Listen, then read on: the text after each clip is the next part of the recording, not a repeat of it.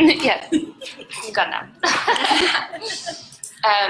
So this is Vicky and Lauren, and Vicky and Lauren run the Reset. Have you all kind of seen what the Reset do before? Yeah, because we've told them about you a couple of times because of that wonderful discount that you have for the retreats for us, which is awesome.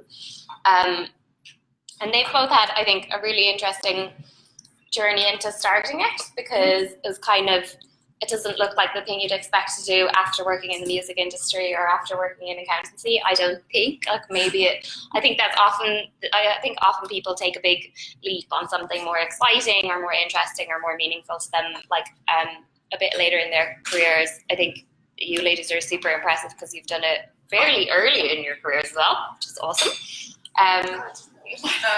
What? Doesn't feel like it. Does it not? Yeah. Like I'm running out of time. Yeah. It's one of my favorite things actually lately is there's this podcast called How to Fail. If you listen to it before. No, but I need to read the book. It's the book so good. I've never read the book either, but the podcast's really good. But when she introduced her guests, she always has these like amazing glowing introductions of all the incredible things they've achieved. Yeah. And so many people are like, oh my God, when you say it all together like that, like that doesn't feel like that was my life. Yeah. But then they go on and talk about all their failures, so it kind of brings everything back down to earth as well, which is lovely. But anyway, that was going totally off the point. But they're going to talk to us about tools or techniques they've used to achieve goals, and maybe other bits and pieces, and maybe have some chats with everyone who's here as well about things you might be struggling with even, or things that are helping. And yeah. I'll let you ladies take from here and maybe tell us a little about each of yourselves first and then go into stuff. Does that sound okay? Sure. Okay. Cool. So thank you for the lovely introduction. My name is Lauren, and myself and Vicky run the Reset. So I started off my career as an accountant. So I worked in accountancy for over kind of a decade, like primarily in banking.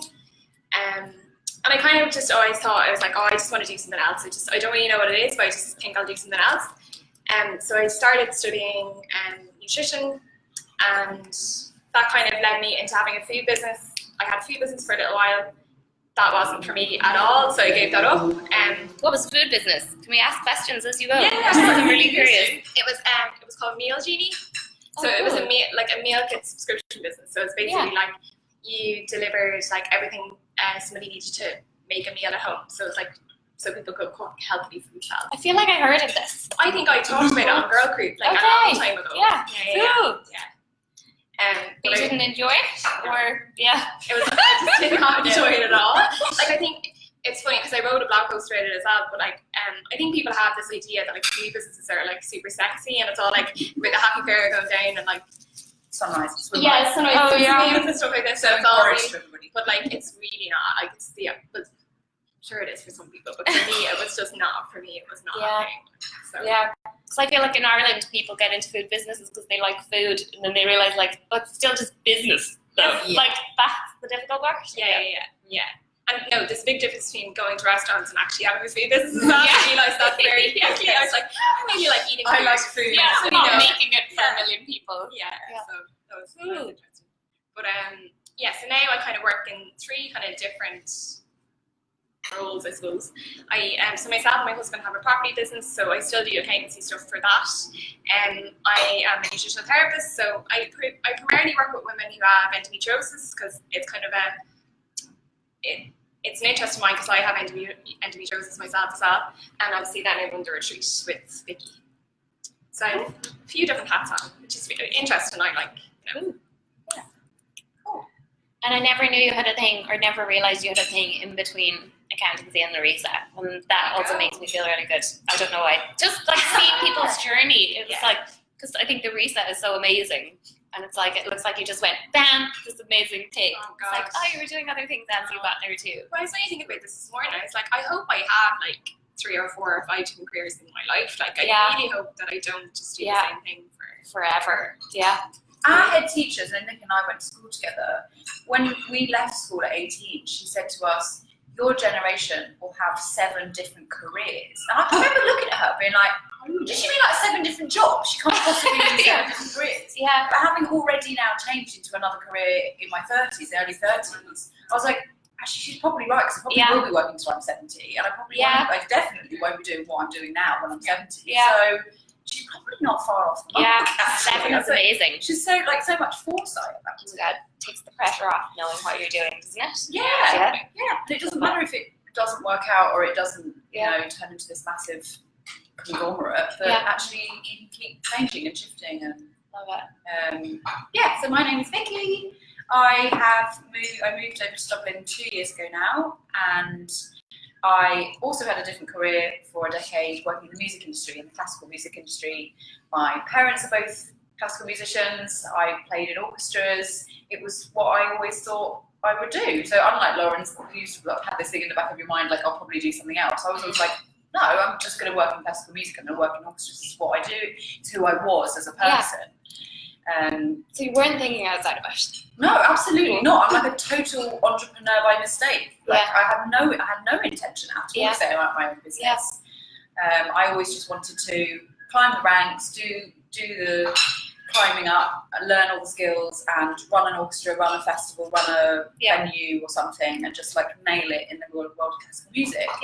So I spent a decade working in London, 4 years at the Philharmonia Orchestra, who resident at the South Bank Centre, looking after all of their regional concerts around the UK, all of their film and video game soundtrack work, and it was really cool, and I loved it. And then the next job I had within the industry was in an agency, so I was working with lots of different orchestras, setting up international tours for them. So they would come to us and say, we'd like to go to China, or we'd like to go to South America, and I'd go away and have the contacts to meet with the venues, negotiate the fees, and then do all the logistics and move 100 people and all their instruments and everything around the world. Did loads of travel, which I loved it. It's like my idea of hell. Logistics for 100 people to go to a different country with instruments, like, get visas, carnets, and all these things. Anyway, but I really enjoyed it. I actually didn't really have any intention of giving it up. Never really thought about it. But my IBS was getting worse and worse. So my irritable bowel syndrome was getting worse and worse. I would have afternoons in the office where I was like crippled with bloating. Especially when you're traveling, suddenly needing to dash to the toilet was not the nicest thing, and like became, something you become quite anxious about. And so I just sort of had that new year, 2016, right, I'm going to sort this out. I'm going to work out what this is and try and nail it, and try and really change what I'm eating to see if that makes a difference, and cut things out and see if that helps. And signed up to Instagram and was like, oh my God, there's like a whole world of people on here that are creating incredible food and doing all these amazing things and being like really entrepreneurial and setting things up. And I didn't even know this existed. I've just lived in this little bubble of. You'd never been on Instagram.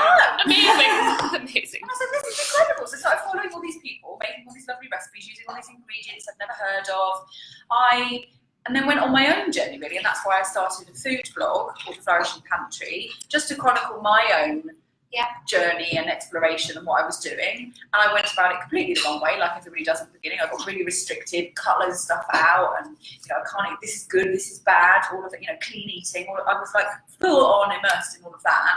And then have been making my journey through all of that, realising quite a lot of that was total bollocks. And what is it? What is health? Realising it's not just food, it's about movement and the body, and then massively it's about the mind as well.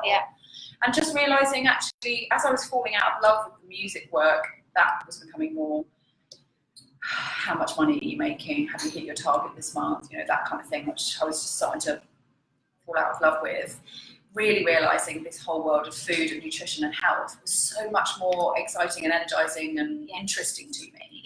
So getting really involved in that, joining the health bloggers community, and meeting people and networking people in real life, not just on Instagram, which was lovely. And then when I decided I'd move over to Dublin to live with my boyfriend, who's now my husband, because he wouldn't move after a long distance relationship of 2.5 years, I was totally convinced he would come to London, but he wouldn't. So he's Irish. He's Irish. Okay. He's only ever lived in Dublin. So. Oh my God, I'm dating one of those. Yeah. He can't imagine living anywhere else, and I'm like, you could move anywhere in the world. No. No, completely. Yeah, this is where he is. So I was like, okay, well, maybe I'll just give it a go, and maybe I'll just see what happens. So I still do bits of freelance work in the music industry because there's a lot of stuff I can still do very easily, not really thinking about it, orchestral management and tour planning and things for smaller groups. So I still do a little bit of that. And then what's happened in the last year is I've trained as a coach. So I realised the people I really enjoy coaching are people who are working in the health and wellness industry, wanting to make these great Instagram accounts, these side hustles into businesses. They love the yoga, they love the food and nutrition into a business. So helping them get started and get set up. And then we met Lauren last year and we decided we wanted to run retreats. So yeah, we're multi-hyphening. How did that conversation happen? Just out of curiosity, and then I'll stop interviewing you. Was it? Yeah. And you were just talking about, was it because there wasn't one in Ireland that you thought was good enough, or that you wanted it for yourselves, or? Yeah, there wasn't it. Like, there's loads and loads of yoga retreats out there, which are amazing. Yeah. But and I love yoga, but I'm not a regular practicer of yoga, so I for me, I find it quite intimidating. Like, I would have been going on a yoga retreat and been like, oh God, everyone's like 4 or 5 hours of yoga. I would have just been like, this is a bit much. But I think also we're very interested in the whole idea of holistic wellness, and that it's not just about eating really well or exercising or anything. It's about actually things like goal setting and actually are you getting what you want out of your life rather than just a specific aspects of wellness. Yeah, we don't want it to be like this sort of mountaintop lovely experience where you juice and exercise and do yoga loads and sit and meditate for hours at a time and then come away and well, that's great, but I can't do that in real life. So much of what we do with the reset is, but how do you actually practically do that in your life? And that every single thing on that first retreat was, you can take all of this home. You can do these tiny meditations. You can take every recipe, everything you've eaten, and make it at home. Yeah. Everything was, how can you repeat this when you get back into your normal life? And that's what I saw, I think, Key benefit from so much was she left, because Key, who works in GirlCrew as well, left with a plan for how you now do this in your everyday life, and what you bring through, and conversations she needed to have, and it was amazing. It was amazing just to see her go from a place where she was really stuck, and in part that was GirlCrew's fault as well, because work in general was so intense. But it was that I think that knock-on impacted other people at work then as well, which was really lovely to see. Yeah, and just and made me go wow, this is really special, because I think when you offered us a place, I was like, that looks amazing. But then when she came out home and I saw the knock-on effects, that's what made me, I think, just keep running through her life.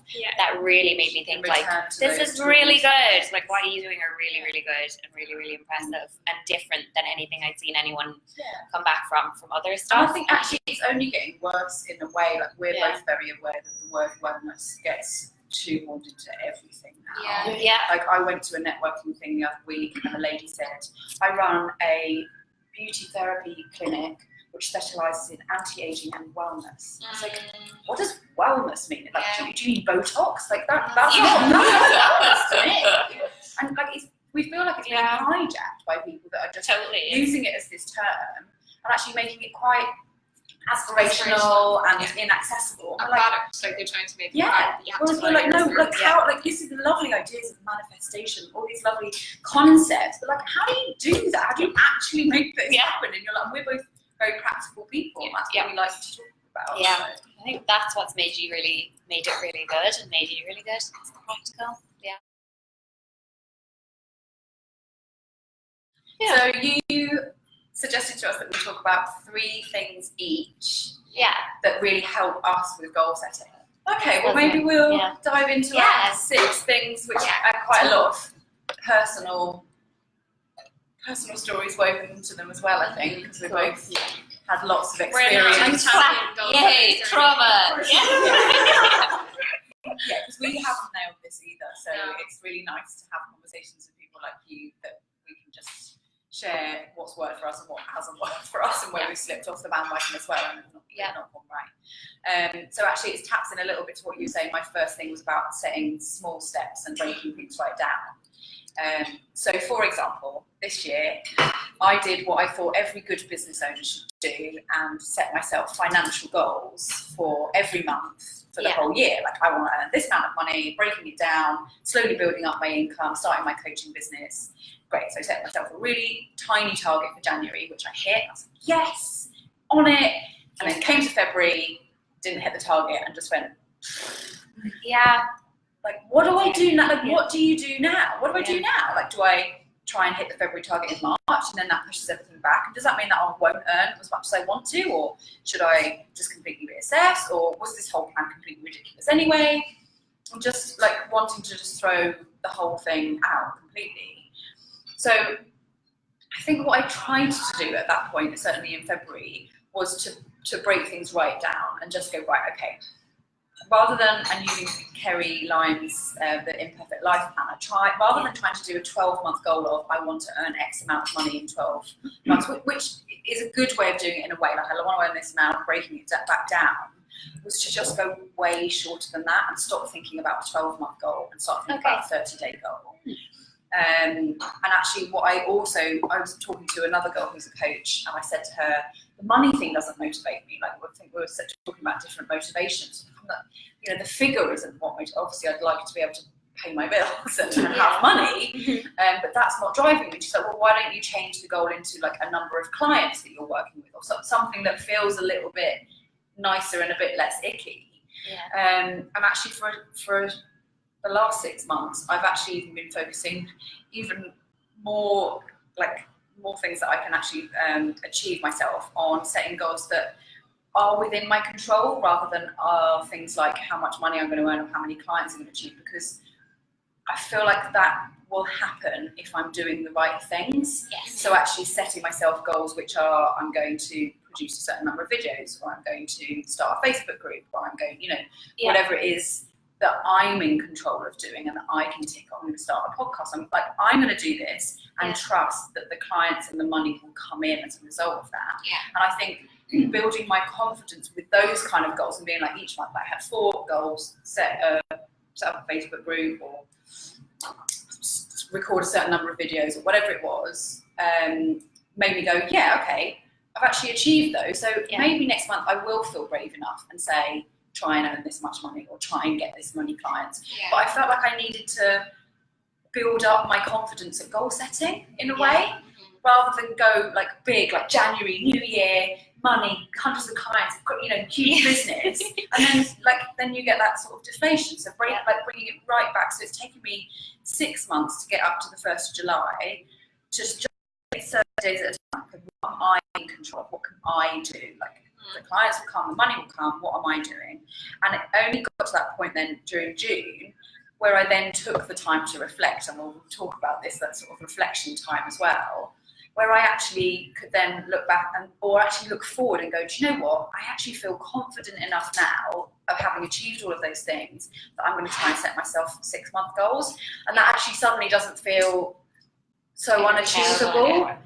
Whereas before, especially just starting a business, you don't really know what the bloody hell you're doing anyway. And so I was just sort of thinking, right, I'll just do it in 30-day sets for 6 months, and now I've got that confidence, having seen what I'm capable of and learned so much. I've now gone, right, actually I'm going to plan out the next 6 months and see if I can stick to that plan, and I'll assess that after 6 months and see how that goes. So I definitely think breaking things down into really small steps, and actually if you don't feel like you can set goals which are about things perhaps you don't feel like you can definitely externally influence, like how much money you're bringing in, how many clients, things that are affected by other people's decisions. Just focus on things that you can control. I love that, because even just there are so many things I think that you can change from something you can control to something you can control. So like, get a new job versus apply for a new job. Like, yes, you can apply for a new job. You can't definitely get it because you don't control your own hiring, whatever. And I've never thought about looking at goals just with that slightly different perspective of what's the part of this that I can, that I'm in control of, and that I can tick off, because it doesn't involve anybody else's influence, and just trust the universe or God or whatever it is, the right things, the results will come from you taking the action. Like the job thing, you can't get the new job unless you start putting your CV together and putting yourself out there, so you can tick off. But it sort of takes the pressure off it even as well, because it's like applying for a job doesn't, I don't think, start like recording a podcast or something. It's not like, just what am I doesn't trying to seem as say? scary. It doesn't seem as big and scary Yeah, as going, it's not as like, anxiety-inducing as like get a new job, because then you're thinking about like all of the new people you'll work with, and what if you don't like that job, and what if the old job was better, and whatever. Yeah, whereas apply for a new job is like that is zero commitment after you've done it. Yeah, You were saying about your goal as well, like I want to get up early in the morning. Like I would try and like reframe it in a way to be like, what could you do in the morning time? Like, what goal could you set yourself to do something like at 6 or 7 o'clock in the morning time, instead of going, I just want to get up at 6 or 7 o'clock in the morning time. Yeah. Like I'm just like sit there. You know, yeah.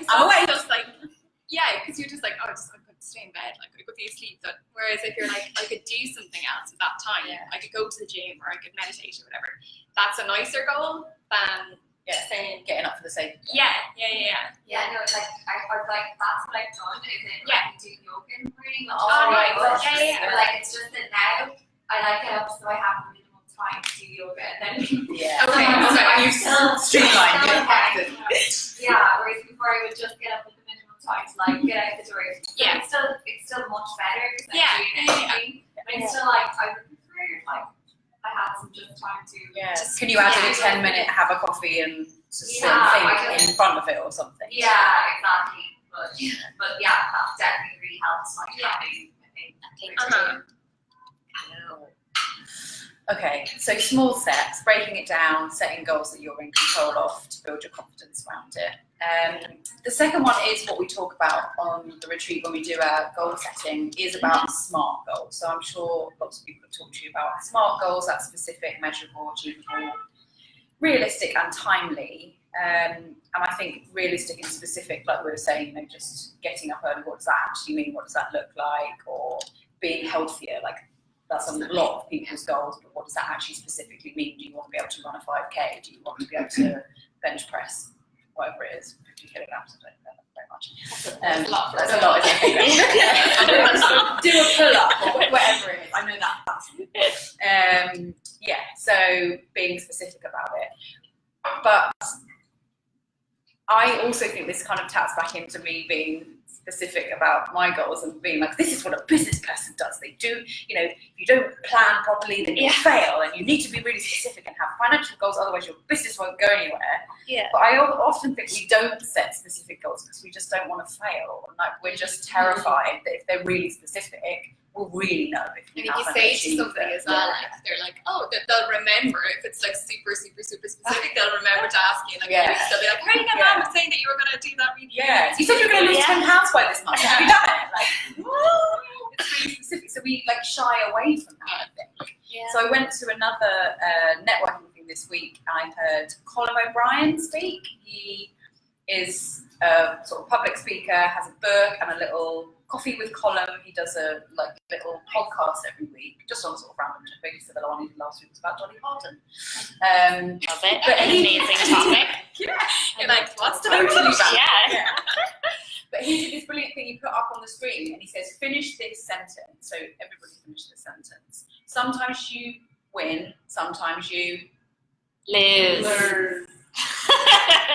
That's what you're supposed to say. Yeah. Well, I'd never even heard of that before, and I was like, that's such a good way to think about it. And again, it's that reframing of failure. Like, what is failure? I remember listening to a podcast about this, like the dictionary definition being a failure is if you haven't sort of met that expectation of yourself. Well, why don't you just reframe not achieving that goal? If you didn't achieve it, what has that taught you? What did you learn? Like, is that even the right goal? Like, we'll sort of talk about that as well. Like, just reframing it and thinking, what have I learned? And I think that's something certainly from Kerry that I've learned from the Imperfect Life thing, that it's the looking back on what a mistake has given you. Stuff like that. She makes you in the planner write every day, what mistake did you make? And I remember I gave the planner to my sister the year before, and she's like, oh, I can't redo the planner because it keeps asking me about mistakes, and I haven't made it.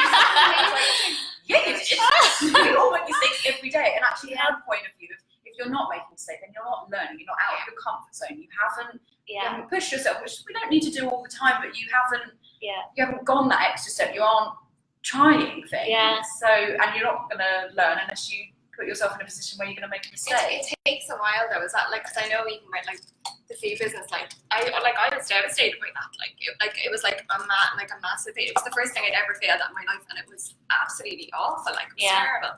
But like now I see that like I never would have been. I wouldn't be doing this now if I didn't do that. I never would have had the courage to go and leave my job and to do something else.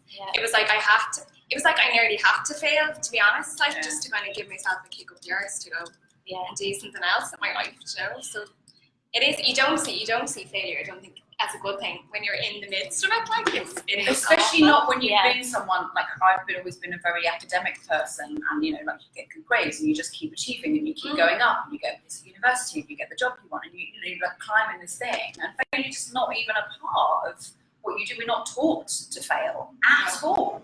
A friend of mine has 2 small kids and they did school sports day, and she's like, everyone's a winner, everyone gets a medal. And I was like, I'm sorry, but that's rubbish. Like, what is that teaching them for real life? Like, it's hard. You don't always get a job. Business doesn't always work out. I think the other thing with SMART goals is this realistic thing. Like, I had a client I was working with this week who was saying to me, a lot of what we do when we're coaching is thinking about the vision. Like, what would you like it to be? How would you like it? We don't dwell in like what it is and what we don't want, because we spend far too much time doing that. What would you like it to be like? And he was saying, well, you know, I've got to be realistic about it. You know, I'd just like him to earn enough money to just pay the rent and, you know, and not eat baked beans. So I was like, that sounds like a shit vision. Think bigger than that. Like realistic doesn't have to be miserable. Realistic doesn't have to be like. Go push yourself a bit further than that. Like, because if you don't think that is possible, then if you only achieve half of that, you're still going to be eating baked beans, and that's crap. And then why would you say? You know, it's like a vicious circle there. So I was like, realistic doesn't have to be miserable. Like, really motivate yourself with what you think is realistic, which kind of leads me on to my last point about SMART goals, which is around evidence. And I wrote a blog post about this actually, around particularly in the world of health and wellness, and how much evidence there should be for what you're doing, nutrition. So much is we need to be based in the evidence. Absolutely. Don't like the woo-woo, don't like I can cure cancer with wheatgrass shots. You know, it needs to be grounded in evidence. But actually sometimes we need to believe really hard in something, even if right now there is no evidence. And I don't mean that in terms of I want my wheatgrass to cure my cancer. I just mean if you set yourself a goal and so far you have 0 evidence that you will be able to set up a business or get a new job or lose 10 pounds or, you know, whatever it is, that doesn't mean you shouldn't believe it. In fact, you have to believe it even harder, really believe beyond the evidence. And actually, this really reminded me when I was thinking about this point about Emma, who came on that first retreat with Key and with Nick as well. And we were setting the goals and said, you know, think about the vision, go really big with what you'd like your life to be like. And after a couple of minutes, she was like, oh yeah, but we've got to be realistic, haven't you? Like, you know, obviously I'm not going to win the lottery and live in like a massive mansion. I'm not, you know, I've got to be realistic about it. And I kind of wasn't really sure what to say at that point, but crazily, she reconnected with us just a few weeks ago. Not that she's a millionaire and she's not living in an enormous house, but she's totally, completely changed her life. She used to run a little beauty business, and she's moved to Australia. She's trained as a coach, and she, you know, like she's so something that she might not at that point have really thought was possible for her, or something. No, that she didn't say much about her goals actually on the weekend or anything. Yeah, which is fine. We don't force people to. Yeah, but it was amazing that realistic doesn't have to be. Like really similar to what you're doing now. It doesn't have to be based in your current evidence. Like if you believe it hard enough, it's something you really, really want, then actually the evidence doesn't matter. Your belief is way more important in terms of setting that SMART goal. Yeah. Cool. And the final thing that I was going to cover before Lauren does hers was about celebrating the wins and actually checking back in and using opportunities like this or any other forum that you can find to actually appreciate what you do. And I am shit at it. I'm really, really bad at it. We have a month, we'll invite you back because one of the months the theme is celebrating.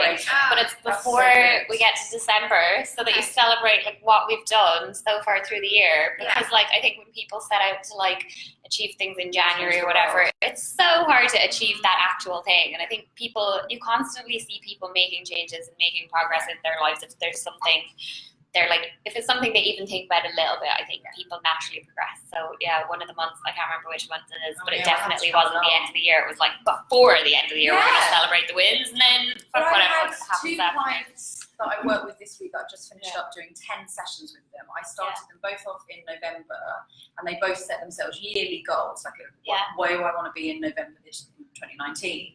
And we went through what they thought at the time there was zero evidence for. This one client wanted to set up his own clinic and be working full time in that. He had a part-time job that he wanted to step away from. He smashed all of them. He'd found already halfway through the year, and he's got an injury at the moment. So that had been a setback. He's like, I've done that. And I was like, how does that feel? And with another client as well who's setting up a food photography business, it was the same thing. She was like, all of these things that just seemed really far away what I asked them is, what are the milestones that you would expect to see to make you feel like you're going to be on the right journey? And it was such a pleasure to do that with them and be like, look at what you've done, look what you've already done. And you said you wanted to do this by November, and you're already smashing all of these things already. So if you don't do that, I do have one other client who got to the end of 2018, and I'm like, how has the year been? I've wasted my time, I haven't achieved anything at all. I really, really miserable and down on myself. It's like, but if you don't build in these celebrating times, then you do just feel like you haven't achieved anything. You haven't quite met my SMART goal, so the year has been wasted, which just isn't true. So what I actually did with myself was sit down and do a mid-year review. I got a little bit geeky. I was like, 1st of July is on a Monday, so the perfect slam bang at the beginning of a week, at the beginning of a month, at the exact halfway point of the year. So I did a little mid-year review, and I looked at different areas in my businesses. What did I actually do? What went well? What were the successes? What were the problems I encountered? What changes do I want to make as a result of reflecting on the successes and the problems? How would I rate it? We do a lot of that in coaching on a scale of 1 to 10. And what new goal am I going to set myself for the next 3 months, or the next 6 months? And weirdly, for me, one of those things was a financial goal. So it's coming back to where I started with this idea of setting this financial goal. And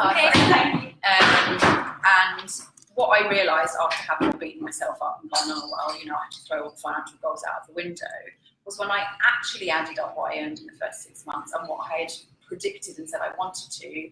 In the end, I think I was only out by 100 quid. Oh, no way! So even though you stopped tracking that as a specific thing. Hey! And the money didn't come from where I expected it to. So again, it's like that planning thing. I'm going to get 5 more clients in February, 10 more clients in January, I'm going to do this. That's how my money's the money came in from completely unexpected places. But just showing up every day, doing the work, setting myself little goals, I actually wasn't that far out in the end. And I felt so much better from doing that. Because the week before I'd been really I'm halfway through the year, I'm nowhere near my finance. Actually, you are. It didn't come from where you expected. Does that matter? Does it matter? Yeah. Cool. Love it. So those are my 3. Okay. So my first one, I suppose, is all about the reason that you set yourself particular goals. Because I know I definitely have goals that I've been literally kicking down to the bottom of my to-do list every single day. And it's that thing that you start to feel really bad. You're like, why am I not doing this? Why is this just too big and scary? Is it just something that I don't want to do? So it's really about trying to reassess your why. So if you has anybody set a goal at the start of the year that you haven't made any progress with at all? I think I haven't made any progress, but I also don't focus on it very well. I haven't made a lot. I probably do. I think some people stop coming when they don't focus on their goal or make progress as well. I think if people think that we have it all figured out, or whoever's leading the session or whatever, and you're going to turn up and people are going to go, why are you not getting on with your goal? And it's just not like that. We all have the same struggles every day, to actually get shit done, and actually achieve our goals. I said I wanted to use less plastic. You're doing alright with that. I'm really trying, but I still feel like it's not good enough. But again, I haven't focused or broken it down or given myself some or looked at what you have done. Giving myself any appreciation for all the times that I do go and take a key cup to Starbucks and take my water bottle with me. Made a bit. But and then we had a really good example actually on the board. We did a retreat in Portugal in March, and one of the girls, she was a GirlCrew girl actually, but one of the girls, she said, I really want to lose weight. She was like, I really want to lose weight, and I really should lose weight. Yeah, and it was just she really didn't want to. Like, it really wasn't, because she was saying, I really want to lose weight, but on the other hand, she was like, I really love wine. And I really love going out. And I really love spending time with people and socializing. And like, that was way more important to her than losing weight. So it's like, she had this goal that she was like, oh, that's something I really should be doing. It's something that, like, out in the world of wellness, people are constantly telling you need to lose weight. But it wasn't really important to her. So it's kind of like, why are you doing that? You don't really want to do that. So instead, I think of feeling like lazy about doing things and going, oh, I haven't managed to achieve that, really like reassess, why do I want to do that? Why is it important to my life? Is it important to my life? Yeah. Does it actually make any difference? And I think this time of year, when you have that goal that's like constantly just getting kicked into the bottom of your to-do list, it's a really, really good thing to do, just kind of reassess and kind of go, actually, maybe this isn't serving me at all. Maybe I should just get rid of it. And stop feeling guilty about it and stop beating myself up about it, because actually, with hers, like, I should do this, I should go to the gym every time I go to a hotel. She worked doing it for like a big tech company. I should do this, I should do that. And so, can you hear yourself? I'm reflecting this back to you. I should. What's important for you? Yeah, so the second kind of tip, I suppose, is about setting goals in different areas of your life. And I think that was even really evident when we started talking this morning, that people, they naturally kind of gravitate to talking about careers and work. And like, it's something you're just so used to doing, in terms of like most of us have to do performance reviews and work, and it's like, it's the only really area of our life that we actually properly do goal setting, most of the time, because we were made to do it. But like, we have to have goals in lots of different areas of our life to actually stay interested in our own lives and actually think things are fun. Because if you only have goals that have to do with work and career and stuff like that, it can start to feel a bit dreary. Like, I was just posted. Did you see the little infographic she did? No. It's like, you need one goal for career, one goal for movement, one goal, like, breaking it down. The same. The same. Yes, we use this kind of coaching tool on the retreat. That's called it's called the Wheel of Life, or the Balance Wheeler, and it basically helps you look at different areas of your life and what kind of goals you'd like to set in different areas. So it just helps give you a little bit more of a holistic view. So like, you wouldn't often think about setting goals to do with your friends and family, but like, one of my goals at the moment is actually to spend more time with my family, because I haven't been doing it because I've been so focused on work and career and all those things. But like, I think it just helps you to have a bit more of a realistic, grounded view of nicer areas sometimes to set goals in. Do you guys have any goals to do with like fun or like friends and family or anything like that at the moment? I could start one. I think it's in the back of my head, but I do want to talk to my parents more separately. So that, I don't know, I've been, this year, we had a massive fight in December. And this year I'm like, no, it's around failures. And I'm framing failures as learnings, and they're like, no, you failed. Oh no! Thank you very much. Yeah. So I think I could start a go with just talk to my parents, but try to listen to them instead of focusing on answering their questions, which I really don't want to. No, I know. So, but they probably have a lot to learn from you, though, about that, in terms of like, if you're learning to see your own failures as learning to stuff, you probably have to teach them. It's like, please go to a therapist. I'm not. So it's finding a way to engage with them that is fulfilling for you, but doesn't need to. I'm the same. Like, I have a very difficult relationship with my mother. The last time I went to see her, she was like, why would people pay you to be a coach? Why? Oh my god! Why? Brutal. Yeah, just like, you can just get up and do things. Why can't people just get up and get on and do things? Why would they need to pay you to do it? It's a real generational thing. Mum, all of those voices I'm hearing in my head is like personified as what you are saying to me. That is not nice. And, I'm already saying these things in my head and I'm doubting myself. I really do not need to hear it out loud from somebody else. But trying to find a way where I can engage with her on some kind of level where I don't have to get involved in those like emotion sucking. I usually think that it's my turn now. It's like I have this, when I was a kid, they did this for me, so now they're turning into the kids, so I try to frame it that way so that I'm patient, although inside it's hard. I'm not a child, so I need to. Lauren's always winding me up about my fun part of the wheel. Yeah. Why do you not put a lot on it, or you put too much on it? I just don't think I'm a fun person. You are a fun person. I just don't think it's thing that I need to spend time on, but Lauren's been encouraging me to think that actually it probably is something, because I've always been very serious, like even as a child, my parents would always say, like, you always wanted to do things by yourself, and like, kind of serious about things, but actually that fun in that balance of everything else that I spend lots and lots of time on is being neglected, and then I then struggle to switch off and feel like a weekend, like we were talking about this on the way up, I feel like a weekend is well spent by just faffing around and not really doing very much. But I get that Sunday night fear of I haven't been productive enough, and actually that is detrimental if I'm not using that in that wheel. I was chatting to a guy the other day, and he was saying he works in a few different areas as well, and he was saying oh, I'm kind of hard to make money, I'm thinking about going back and getting a job and stuff like that. And then he said he was doing a podcast, and he was just doing the podcast for fun, and he was like, it's amazing. He was like, if you do something that's just for fun, it breathes life into everything else. It makes everything just easier. And it's such like an important part that we just kind of we forget about, like we're just like off. I think we should blog about it. The year that I started GirlCrew as well, my New Year's resolution had been to have more fun, but not by doing more fun things. So I wanted specifically inject some fun into. So I wanted to it was like my life had finally stabilized a little bit after a lot, lots of change, and great change, fun stuff, going to Australia and all different mad shit. But it was just stable sort of for the first time in a while. And I didn't want to change anything. I was really happy with it, but I felt like things were less fun because things were the same all the time for the first time in so long.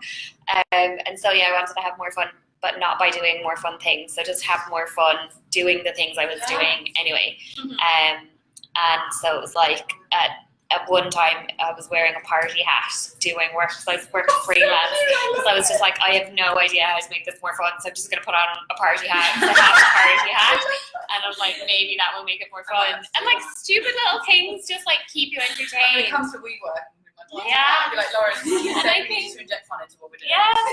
And so it was really good, and I was trying to just see the fun in things, I think. But then GirlCrew happened in March of that year, so it was quite early in that year, and so that was really great, because then there were things that I would have been done on my own, or would never have done, that other people dragged me out dancing in McGowan's after being at something else, and I'd never gone there and had no intentions of going there, but I still remember that as a really fun night. And I definitely, and my whole theme, even in art college, was fun and play, and it was looking at how, because there's loads of creative benefits to the brain and how we look at things and everything from having time for fun and play.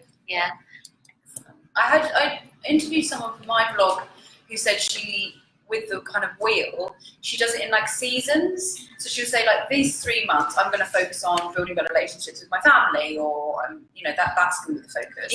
And then the next 3 months will be, this is work, and that does mean the other areas will take a back seat. But that's okay, because then I can see, I'll reassess and decide what's important in the next 3 months. And then there's that balance thing of what is getting my time and attention, sort of actively choosing to give it that attention, and not feeling bad about the other areas, because they will have their time as well. So that's another way of using the wheel and using those different areas to balance what you're doing. That's a nice way to look at it. I often, that wheel makes me feel under pressure that it'd be a perfect wheel, so I hate it. But I like that way of looking at it. In seasons then. What am I focusing on for these next 3 months? What's important to me? What do I want to achieve here? And then I can look at a different area and focus on that. Nice. Which kind of brings us nicely kind of to the last point. It's all about taking a break, because actually the wheel and looking at it in seasons, actually for summertime, taking a break and looking at fun and stuff like that is a really nice time to do that, because things kind of just naturally slow down, and people want to spend more time outside. I think they want to spend more time with friends and barbecues and all that kind of stuff. So you're really bad at taking breaks. I'm actually, I think it's kind of rubbing off on me though. I was oh my god. So I think we both need to take a break at home, because the year has been quite intense so far. But I think you've done so much.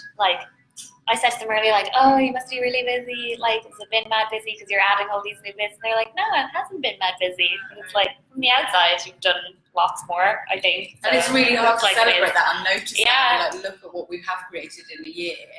But we I certainly haven't taken a break since my mini honeymoon in November, which is ridiculous. And I'm just got to that point. I had these kind of 4 weeks leading up to holiday where I was like, I'm going to get loads of stuff done, and then I go on holiday, and my brain just went, no, we're going to have a breakdown now. This is the time to actually go, what the hell are you doing? And everything's crumbling and nothing yet. So I think your body and your brain will demand it, like, if you don't do it. Yeah. No, I think it's one of the things that we see with the retreat as well. Like, most women who come on the retreat are at that stage of burnout. Yeah. Like, they really are, like, they're kind of like, I just, like the amount of people who have emails to us and they're just like, I just need to get away. Like, I just need to do something, because they're just like, literally have been pushing themselves for so long. They don't even really know what they need anymore. They're just like, I need something. Like, I need something different. I need to get out of my life right now. And it's horrible, because you're just like, you want somebody to come on a retreat, and obviously they need to rest, but you also want them to feel like they're in a good, positive mental space, that they're able to kind of reap the benefits of everything. But if you're like at the stage where you're getting there and you're like, all I need to do is like literally rest, you're not going to get as much out of it, I think, anyway. So it's really about trying to recognise the signs even of burnout and just trying to like take a little bit of a break now. We shared an article, you know, when the World Health Organization have classified burnout as a medical condition, and something that is, we shared, it was on Thrive Global on Arianne Huffington's platform, we shared it on our Facebook, and you know, we just kind of know what our average engagement would be for us sharing an article. It was at least 5 times the amount of engagement with the amount of people that had clicked through on that article. Yeah. And I was like, that is really indicative of the kind of audience that we have, the kind of women that we are attracting that identify with burnout. Yeah. It is. It's really specific to like everyone, I think. Like, so like, I kind of see it as, it's like everyone has like an Achilles heel, and like with burnout, it'll attack your Achilles heel, and that I think is a really, really good indication if you're like starting to approach burnout. That's a good way to look at it. Yeah. What's the one thing that your body or your mind will give out? First. Yeah. I ended up, I told you, didn't I? I ended up with like, I think it was like lymph nodes or something swelling up in the last month as well, that were giving me searing headaches, and I never get headaches. And I was like, it's that real listening to your body thing. Same with my IBS as well. Like, you think, oh, this is just normal, or everyone gets it. It's like, no, you actually need to tune in to what your body is telling you. Yeah. Because it's giving you, usually screaming a signal at you. Yeah. Yeah. Some of those signs. Yeah, so there are actually, some of the signs of burnout, like, are exhaustion. But a big one, I think, is like that thing where you're like, you can't actually focus or concentrate on anything, that it's like literally like you're not able to do anything. And sleeping but not feeling rested, insomnia, anxiety, depression. And I think that's actually a difficulty as well, because so many of the symptoms of burnout kind of overlap with anxiety and depression as well, so that can be quite difficult. And getting sick easily. Finding it difficult just to get excited about anything. Like, so like, as in if you're like really, really invested in like goal setting, and then you're like, oh, I want to set some more goals, and then you're like, oh, I don't really want to set any more goals because I'm being burnt out. Like, do you know what I mean? You might not necessarily, you might just be like, oh, I'm just being a bit lazy, I just don't want to do anything, but it's actually that you might just need to actually take a break. The idea of finding it hard to get excited about anything makes me so sad. I know. As well. Does it include like your own birthday or Christmas, or is it just work stuff? Yeah. Do you think? It's everything? I don't know. Yeah.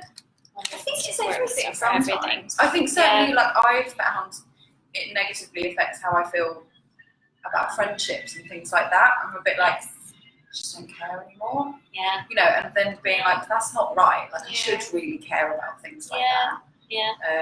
But that's just because I'm exhausted from just wore yourself out from just work stuff. From caring too much, that actually I've gone to that point of apathy where I just don't care about anything anymore. Especially because working as a coach, I think that's so, like, you're engaging with people in such a 100% way, and it's all give and listening, that then doing that with other people as well. As friends must become kind of hard. It's in a different way. So those are those are great. Those are wonderful. I think just hearing you talk about how it's worked for you, or how the negative things have affected you even, is really, really interesting to hear, and really good. I have loads of notes, and I'm going to try do one a week and make a fun goal. Instead of trying to do it every day and having no fun goal anymore. When that already brought so much benefit to my life, and then just like ignored it now. I think because I enjoy my work and I find my work fun, I don't think about it so much like in a general way or outside of work anymore, which I think I really need because I'm not doing like, there's stuff that I would have done that I'm not doing. What's your favourite hobby? I was like, I don't have a hobby. I don't have any hobby. I might just do dancing in my bedroom. Like, that's fun, isn't it? It's easy, but like, then I don't have to go anywhere. Yeah, I have it doesn't cost you anything. But it's super fun. You can try that later. My sister started doing it. I think my older sister, she's doing like 15 minutes of unstructured dancing a day. Or something like that. Like, she has some craze for it. And it's like, she just closes the door. She's like married and she has a kid who's like 5. And she's active. Like, I mean, they walk everywhere because they live so close to town where they are, and just Pilates like a couple of times a week and stuff or whatever. But yeah, she started this unstructured. I don't know if she made it up herself or she read it somewhere. But yeah, unstructured dancing. She do it with 5-year-old, or is it just on her own? No, I think it's specifically on her own. So it's like, this is her thing. Just like close the door. Nothing matters. She's doing a crazy dance. Go nuts. Yeah, just go nuts. Yeah, she's really fun. So I do that. Does anyone have questions or anything they want to ask about or talk about? We have a few more things coming up just to tell you about. Just if you want to hear more of our chat.